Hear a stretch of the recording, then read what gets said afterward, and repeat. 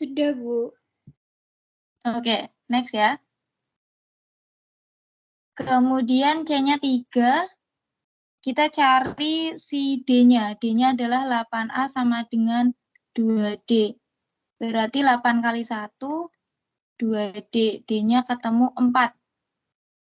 Nah, yang terakhir, kita cari A, D, C. Berarti tinggal B. 2B sama dengan 2C berarti 6 ditambah D. D-nya adalah 4, 10. B-nya adalah 10 bagi 2, 5. Nah, udah kita masukkan aja. Kalau udah kayak gitu berarti A-nya 1, C3H8 ditambah B-nya adalah 5O2 menjadi C-nya adalah 3CO2 plus D-nya adalah 4H2O gitu. Oke, yang nomor 18 ini masuk ke hukum pros. Nomor 18, nomor 38, sorry. Masih ada 3 nomor lagi ya. Nomor 38 itu masuk hukum pros. Direaksikan 18 gram kalsium, kita tulis saja Ca plus 20 gram belerang menjadi CaS, kalsium sulfida, CaS. Perbandingannya diketahui 3:4. Masing-masingnya di sini adalah 18 gram, ini 20 gram. Kenapa bisa saya sebut dia hukum pros? Karena apa? Perbandingan massa 3:4 itu nggak sama dengan 18:20 kalau disederhanakan. Makanya dia berlaku hukum pros. Ada mula-mula, bereaksi, dan sisa. Nah, kita bandingkan dulu, lihat yang CA-nya 18:3 sama dengan 3. Sama dengan 6. Ini pakai reaksi pembatas juga. Kemudian yang S-nya 20/4 sama dengan 5. Berarti S-nya sebagai pereaksi pembatas. Berlaku, dia habis semuanya. Yang B-nya 3/4 kali 20. Berarti 20/4, 5 sama dengan 15. Sisanya 18. Untuk massa kalsium sulfida yang terbentuk adalah 20 tambah 15, 35. Atau cara lainnya gini, Ca plus S menjadi CaS. Ini tetap pakai hukum Lavoisier, tapi cara cepatnya bisa 18 sama 20. Masih ingat, CaS itu berarti kan 3 tambah 4, 7. Pakai perbandingan juga bisa. Berarti yang ditanya CaS 7 per, salah satunya 7/4, dikali berarti 20. Berapa? 4 kali 5 kali 7, 35. Atau mau pakai yang CA juga boleh. Berarti 7/3 kali 18. Nanti ketemunya sama. Gram. Gitu. Oke, lanjut yang nomor 39. 39 itu menentukan massa senyawa kristal. Rumus senyawa kristal atau senyawa hidrat. CuSO4X H2O, airnya itu 36%. Berarti massa H2O-nya 36/100, 36% dikali, ini kan udah tak jelasin ya, semua kelas kayaknya udah dijelasin. Udah belum? Yang 39 kayaknya udah semua yang senyawa hidrat. Kayak tak ulang aja yang apa-apa, 100 gram. Kalau gramnya nggak diketahui, anggap aja dia 100, berarti masanya 36 gram. CuSO4-nya, masanya ketemunya berarti kan totalnya 100 gram. 100 dikurangi 36. So, ketemunya adalah 64 gram. Menentukan rumus senyawa kristal ini juga pakai rumus empiris tadi, pakai perbandingan mol. Mol CuSO4-nya berapa dibanding mol H2O-nya. Nanti gram per mr, mr-nya bisa dicari dibanding gram H2 / mr-nya. Nanti ketemu 0,4 banding 2, nah itu disederhanakan biar angkanya tidak desimal. Jadi bagus hasilnya CuSO4 5H2O. Tuh, untuk nomor 39.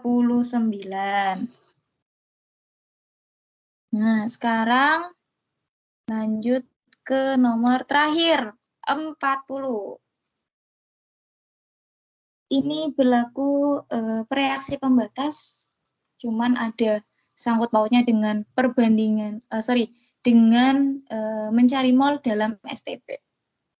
Nah, kalau ini bukan suhunya atau massa atau tekanannya, tapi sudah dijelaskan bahwa itu STP.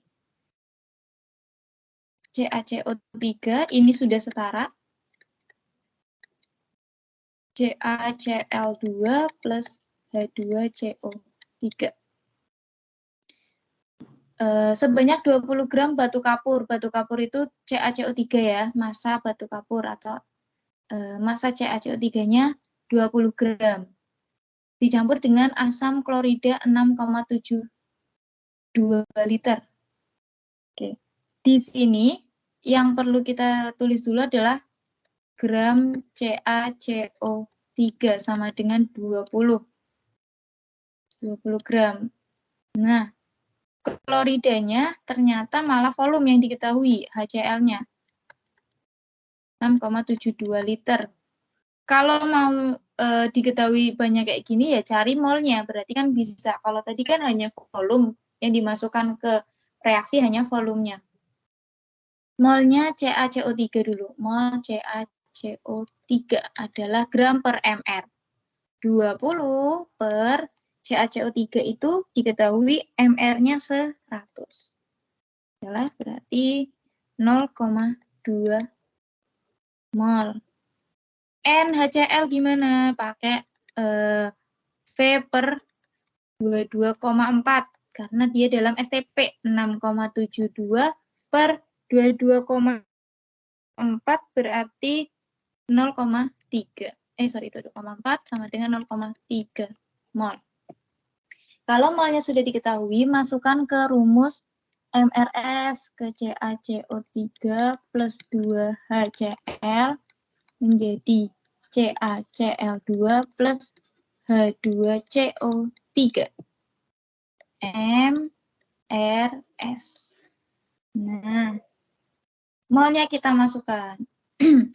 CaCO3 0,2, HCl-nya 0,3.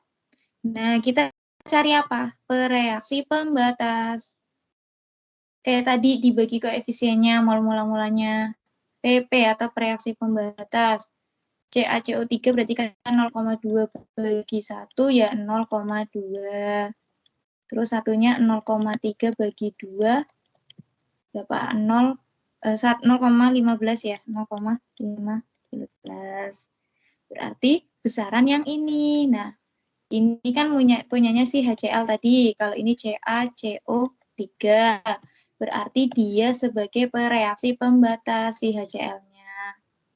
Oke, karena dia bereaksi pembatas, berarti tidak bersisa atau habis. Yang bereaksi 0,3 karena habis. R-nya atau B-nya yang bereaksi di CaCO3 berapa? Pakai perbandingan koefisien 1/2 kali 0,3. Ketemunya 0,15. Jadi hasilnya adalah 0,05 mol. Di sini pakai perbandingan koefisien juga. 1/2 sama 1/2 kali 0,3, 0,15. Ininya berarti 0,15. Yang ini juga sama ya, karena koefisiennya sama-sama 1, 0,15 juga. Yang ditanya apa sih? Tentukan mol per reaksi zat yang tersisa dan massa CaCl yang terbentuk. Berarti zat sisanya adalah CaCO3 0,05 mol dan massa CaCl2 yang terbentuk adalah 0,15 mol. Oh, sorry. Ini mol, yang ini massa ya. CaCl-nya massa. CaCl-nya massa, berarti dari molnya, ini kan baru molnya. Ini baru molnya.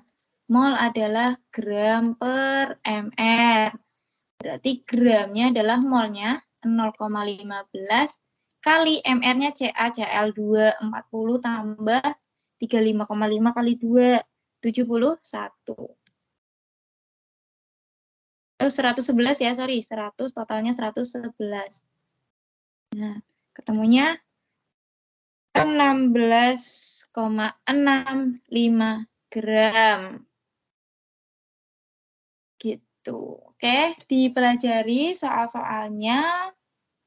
Ada yang mau ditanyakan dulu nggak sebelum kita akhiri pada sore hari ini? Ini masih banyak, lumayan banyak yang bertahan ya. Yang nggak bisa hadir nanti bisa lihat di recordnya. Oke, itu dulu.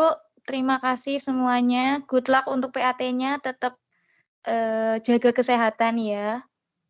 Jangan lembur untuk belajar, tapi tetap harus istirahat.